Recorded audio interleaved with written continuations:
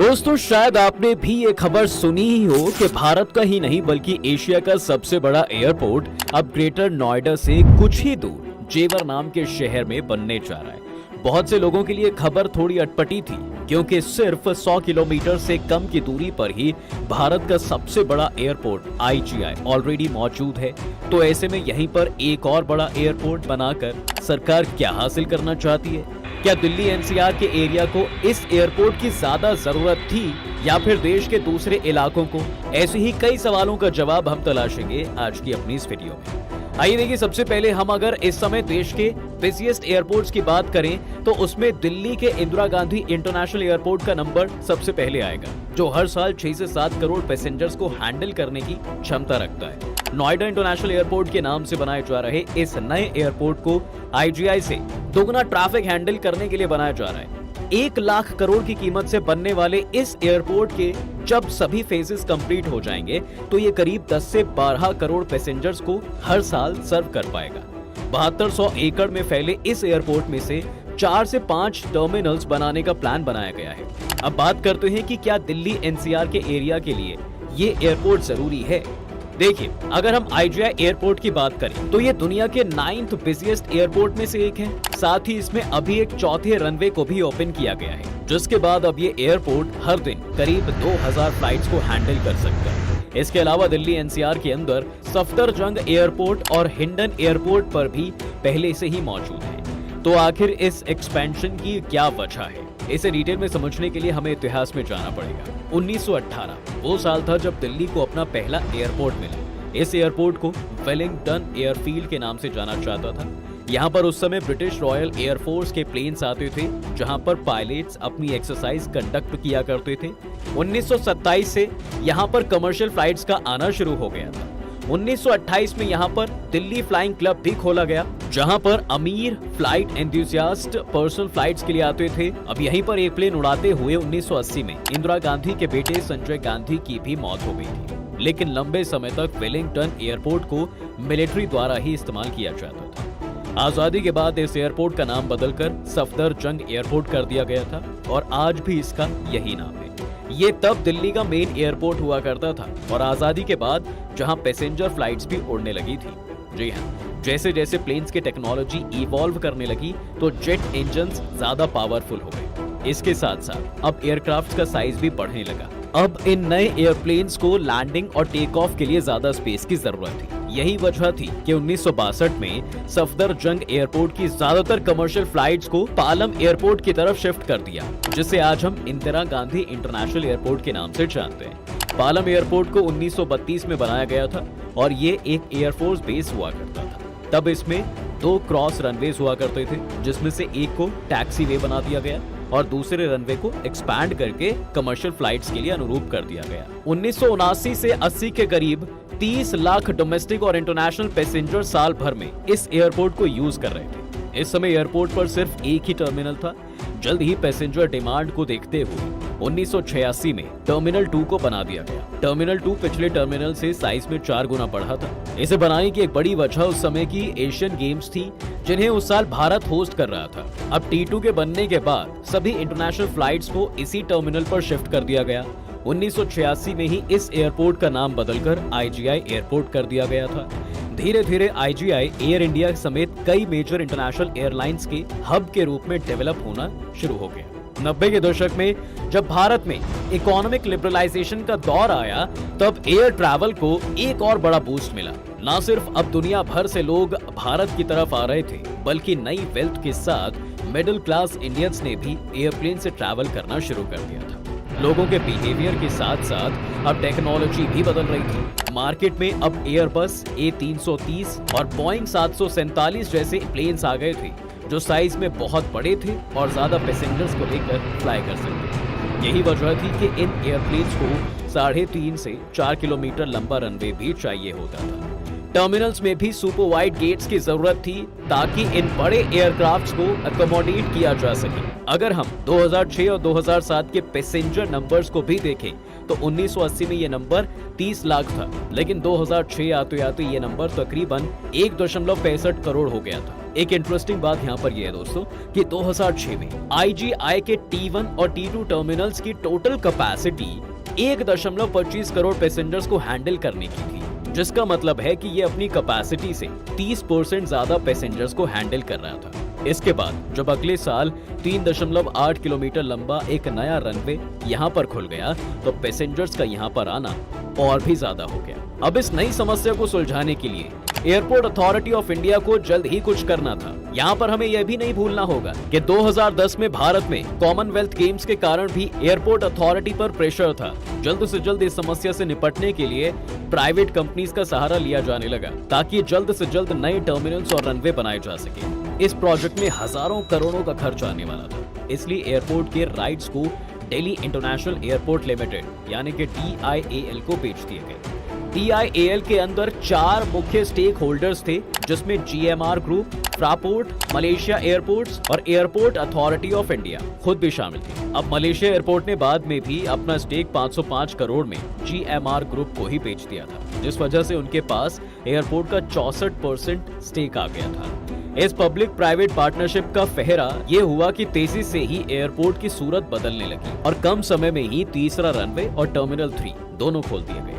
इस टर्मिनल को सिर्फ 37 महीने के रिकॉर्ड टाइम में कंप्लीट किया गया था, जिसके बाद एयरपोर्ट की कैपेसिटी बढ़कर 3.4 करोड़ पैसेंजर्स की हो गई थी। इस टर्मिनल और रनवे को बनाने में उस समय तकरीबन 14,000 करोड़ का खर्च आया था और इस तरह T1 और T2 की सभी इंटरनेशनल फ्लाइट्स को अब T3 पर शिफ्ट कर दिया गया था। जी हाँ, आज 2024 में एयर ट्रैवल की डिमांड पहले से भी तेजी से बढ़ रही है, जिस वजह से IGI एयरपोर्ट ने चौथा रनवे भी ओपन कर दिया है और मुमकिन है कि जल्द ही चौथे टर्मिनल पर भी काम शुरू हो जाएगा, जिसके बाद एयरपोर्ट की टोटल कैपेसिटी हर साल 14 करोड़ पैसेंजर्स को हैंडल करने की हो जाएगी। इस समय भारत के अलावा दुनिया में सिर्फ चीन के बीजिंग और US के अल्टांटा में ऐसे एयरपोर्ट्स हैं जो 10 करोड़ से ज्यादा पैसेंजर्स को हैंडल कर सकते हैं, लेकिन हम देख रहे हैं कि IGI की अपनी कई लिमिटेशंस हैं। सबसे पहले तो ये दुनिया का 9th बिजिएस्ट एयरपोर्ट है। इसके साथ ही ये दुनिया के बिजिएस्ट कार्गो एयरपोर्ट में से भी एक है। जी हाँ, और 2022 में करीब 9 लाख टन कार्गो इस एयरपोर्ट से गुजरा था।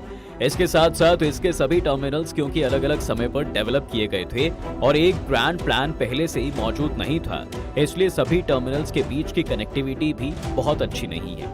IGI एयरपोर्ट एक मेजर इंटरनेशनल हब है जहां से 51 देशों के लिए फ्लाइट्स निकलती है। इसी वजह से पंजाब, हरियाणा, यूपी, राजस्थान और उत्तराखंड जैसे पड़ोसी राज्यों के पैसेंजर्स को इनको भी अपनी फ्लाइट्स के लिए दिल्ली ही आना पड़ता है। भारत का एयर पैसेंजर ट्रैफिक हर साल 7% के रेट से बढ़ रहा है, जिस हिसाब से अगले 20 साल में हमारा ट्रैफिक डबल हो जाएगा। दिल्ली में IGI के अलावा बाकी 2 एयरपोर्ट्स की बात करें तो हिंडन एयरपोर्ट पर अब कोई कमर्शियल फ्लाइट्स ऑपरेट नहीं करती हैं और यहाँ सिर्फ एक ही रनवे है और सफदरजंग एयरपोर्ट को भी अब VVIPs के लिए रिजर्व कर दिया गया है। यहाँ से अब सिर्फ हेलीकॉप्टर्स उड़ा करते हैं। यही कुछ वजहें हैं जिनके कारण एक नए एयरपोर्ट को बनाने की बात कई समय से चल रही थी, इसलिए ग्रेटर नोएडा को पहले इस काम के लिए चुना गया था और यहाँ पर लैंड भी आइडेंटिफाई कर ली गई थी। लेकिन इस नए एयरपोर्ट को फ्यूचर में 6 रनवे तक एक्सपैंड करने का प्लान था, जिसके लिए अगर वो यहाँ पर लैंड एक्वायर करते तो वो काफी महंगी पड़ती। इसी वजह से G1 को चुना गया कि वेस्टर्न यूपी के बाकी इलाकों के लिए भी काफी एक्सेसिबल है। मथुरा, आगरा, अलीगढ़ और बुलंदशहर जैसे इलाके यहाँ से बहुत दूर नहीं है। जेवर में एयरपोर्ट बनाने की बात वैसे सबसे पहले 2001 में हुई थी, जब यूपी सरकार ने ताज इंटरनेशनल एविएशन सेंटर के नाम से यहाँ पर एक एयरपोर्ट बनाने का प्रपोजल आगे रखा था। 2007 से 8 में GMR ग्रुप ने इस प्लान का विरोध किया क्योंकि ये एयरपोर्ट IGI से सिर्फ 87 किलोमीटर की दूरी पर था, जिससे कि ट्रैफिक अगर वहां पर डाइवर्ट होता तो दिल्ली एयरपोर्ट का प्रॉफिट कम हो सकता था।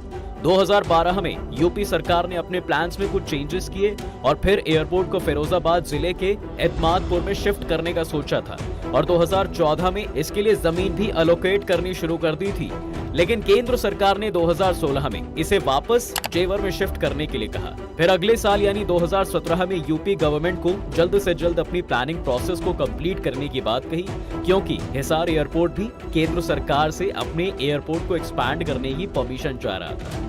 हिसार एयरपोर्ट का भी प्लान दिल्ली NCR रीजन के पैसेंजर्स को सर्व करने का था, जिससे कि दोनों एयरपोर्ट्स कॉन्फ्लिक्ट में आ सकते थे। इसके बाद जेवर के एयरपोर्ट के लिए लैंड एक्विजिशन शुरू हो गई और फिर फ्लुगहाफेन ज्यूरिच नाम की एक कंपनी ने एयरपोर्ट को बनाने और ऑपरेट करने का टेंडर अगले 40 सालों के लिए जीत लिया।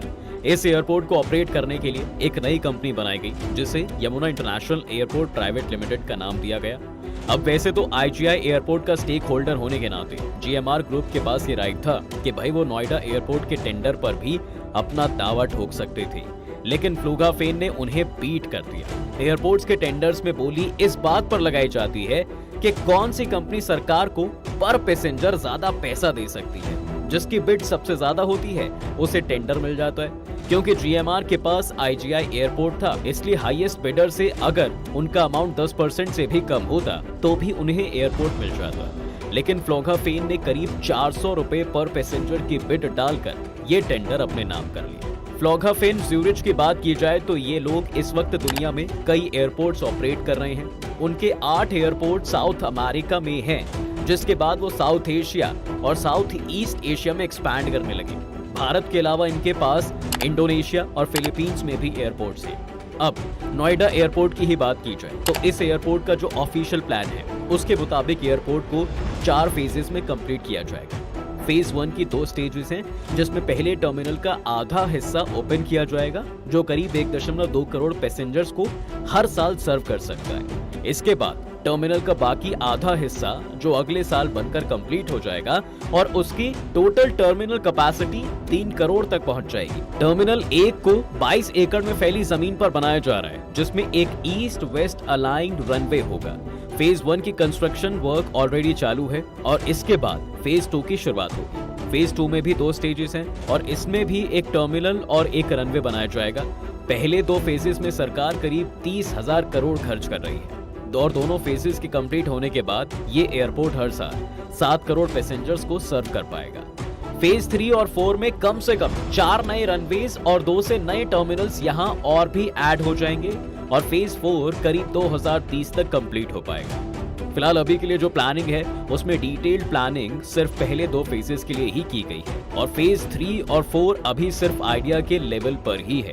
अगर ये चारों फेजेस कंप्लीट हो जाते हैं दोस्तों, तो फिर नोएडा का ये एयरपोर्ट दुबई और सिंगापुर जैसे हब्स को बीट करते हुए एशिया में सबसे बड़ा और दुनिया में तीसरे नंबर का एयरपोर्ट बन जाएगा। लेकिन ये भी मुमकिन है कि भाई जब तक ये एयरपोर्ट बनकर तैयार हो तब तक कुछ नए और एयरपोर्ट्स भी दुनिया के बाकी हिस्सों में सामने आ जाएं। अगर हम 6 रनवे के प्लान की बात करें तो इस समय अमेरिका के ही शिकागो और डलास एयरपोर्ट्स में 7 और 8 रनवे हैं। वहीं एम्स्टर्डम, डेनवर, डेट्रॉइट और बॉस्टन एयरपोर्ट्स में भी 6 रनवे मौजूद हैं। अगर हम नोएडा एयरपोर्ट के आसपास के इंफ्रास्ट्रक्चर की बात करें तो उसमें भी हमें कई नए चेंजेस देखने को मिलने वाले। सबसे पहले तो ये एयरपोर्ट यमुना एक्सप्रेसवे से कनेक्टेड रहेगा ताकि बाय रोड यहाँ पर आसानी से पहुंचा जा सके।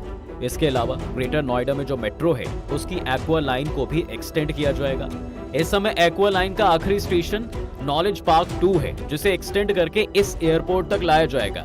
अब जहां एक तरफ हमने ये देखा कि भाई किस तरह ये एयरपोर्ट कई सारी प्रॉब्लम्स को सॉल्व कर सकता है, वहीं हमारे लिए ये भी जानना जरूरी हो जाता है कि इससे क्या नई परेशानी खड़ी हो सकती है। अगर एक ही शहर में मल्टीपल एयरपोर्ट्स हों तो एयर ट्रैफिक कंट्रोलर के लिए फ्लाइट्स को हैंडल करना ज्यादा चैलेंजिंग हो जाता है। इस प्रॉब्लम से निपटने के लिए हमें अच्छी मैनेजमेंट और प्रोफेशनलिज्म की जरूरत होगी, वरना कंफ्यूजन में कई तरह के हादसे भी हो सकते हैं। मल्टीपल एयरपोर्ट्स के साथ दूसरी प्रॉब्लम पब्लिक को होती है जो कभी कभी गलत एयरपोर्ट पर पहुंच जाते हैं। लेकिन ऐसा नहीं है कि भाई दुनिया के बाकी शहरों में मल्टीपल एयरपोर्ट्स नहीं है। लंदन और न्यूयॉर्क जैसे शहर इसके शानदार उदाहरणों में से एक हैं। लंदन में इस समय करीब 6 एयरपोर्ट्स हैं जो हर साल 18 करोड़ पैसेंजर्स को सर्व करते हैं, लेकिन उन्होंने इन सभी एयरपोर्ट्स को काफी इंटरेस्टिंग तरीके से अरेंज किया हुआ है। इनमें से एक हैथ्रो एयरपोर्ट है जो कि एक इंटरनेशनल फ्लाइट का हब है। फिर कुछ एयरपोर्ट्स ऐसे हैं जो डोमेस्टिक फ्लाइट्स को केटर करते हैं और ऐसे भी एयरपोर्ट्स हैं जहां पर सिर्फ सबसे सस्ती एयरलाइंस ऑपरेट करती हैं।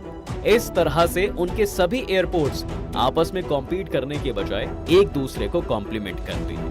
अब अगर आईजीआई में भी टर्मिनल 4 बनाने का प्लान है और नोएडा में भी इंटरनेशनल एयरपोर्ट बन रहा है तो ये देखना दिलचस्प होगा दोस्तों कि दोनों ही एयरपोर्ट्स किस तरह से मैनेज किए जाएंगे। मुमकिन है कि दोनों में से एक एयरपोर्ट को डोमेस्टिक फ्लाइट्स या फिर सिर्फ कार्गो फ्लाई करने के लिए रिजर्व कर दिया जाए। आपको क्या लगता है कि नोएडा में इंटरनेशनल एयरपोर्ट बनने के बाद IGI का क्या होगा?